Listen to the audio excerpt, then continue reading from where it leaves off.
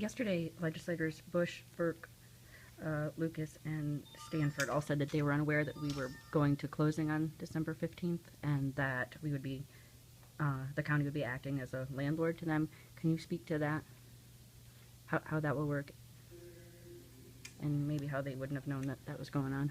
Well, we did make it clear during our meeting that they wish to keep their commitment to the bowling league in place through the season, which would take them into end of April. So part of the negotiations was determine how long they would need to complete the season and to move their equipment out. And that's where we arrived at the May 15th date. So as far as the date that they actually take over, or we actually would take over ownership, that was put in a contract prepared by our attorney. I'm not sure if anybody even asked what the exact transfer date would be. So I can't. So there was no legislators were part of the negotiations for how much rent would be collected per month then? Comment on that, Rich. That was, we knew that we had to recoup some of our expense if we were to retain ownership and allow the lanes to operate. So I guess we let our attorney handle that.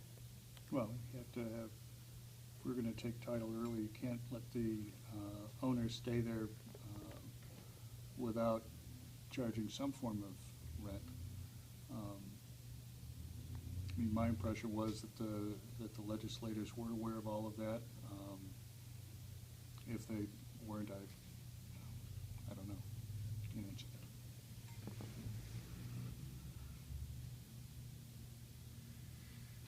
Just refreshing again on what the estimated cost of the renovations would be in the savings compared to the building that was rejected. I hate to throw a number out there, but I would tell you this, that our people, meaning the 3 or 4 or 5 people that I consulted, all give me indications that once the alleys come out, you're dealing with an open structure where any other building would have to have walls torn out and remodeling done. So half the project is done with the removal of the lanes. You've got an open structure. And we do have some plans going into that are already started that we could do a lot of remodeling with open space, such as the Board of Elections. Pretty near a third of the building is used up by machines that require a 10 by 10 square foot area for each machine. So that's all open space. So that's relatively inexpensive to remodel an open floor. The remaining space, you know, you're not talking a wall for every, at least our preliminary plans aren't showing a wall for every office. They're showing, well, according to our planning person, that there's the newer approach is to do cubicles. I'm not sure of the word, but there's a Cubicles. Cubicle? Yeah.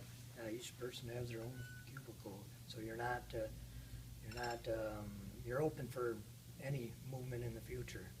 And it also allows you to have the open room concept where the heating and ventilation remains intact and usable with an open room. So there's justification for starting with an open room. I mean, you're confident there's going to be some, I mean, you make a purchase without really knowing what the savings are. I mean, I guess I'm a little confused in terms of, you must be confident then that at least there's going to be some sort of significant savings just with a remodel. Well, absolutely. With not only with that, but it already, like I pointed out earlier, with a full-size kitchen, we already know it saves us adequate amount in just the rent we're paying now for having our food prepared. And is the owners of the alley now, are they responsible for taking this stuff out, or is that going to be? No, that was part of negotiations. The kitchen all remains intact. Right, the alleys got to come out, all the bowling stuff's got to come out. Is that going to be on you guys, or is that going to be on the folks? Nope, that's their responsibility. Any bowling equipment comes out.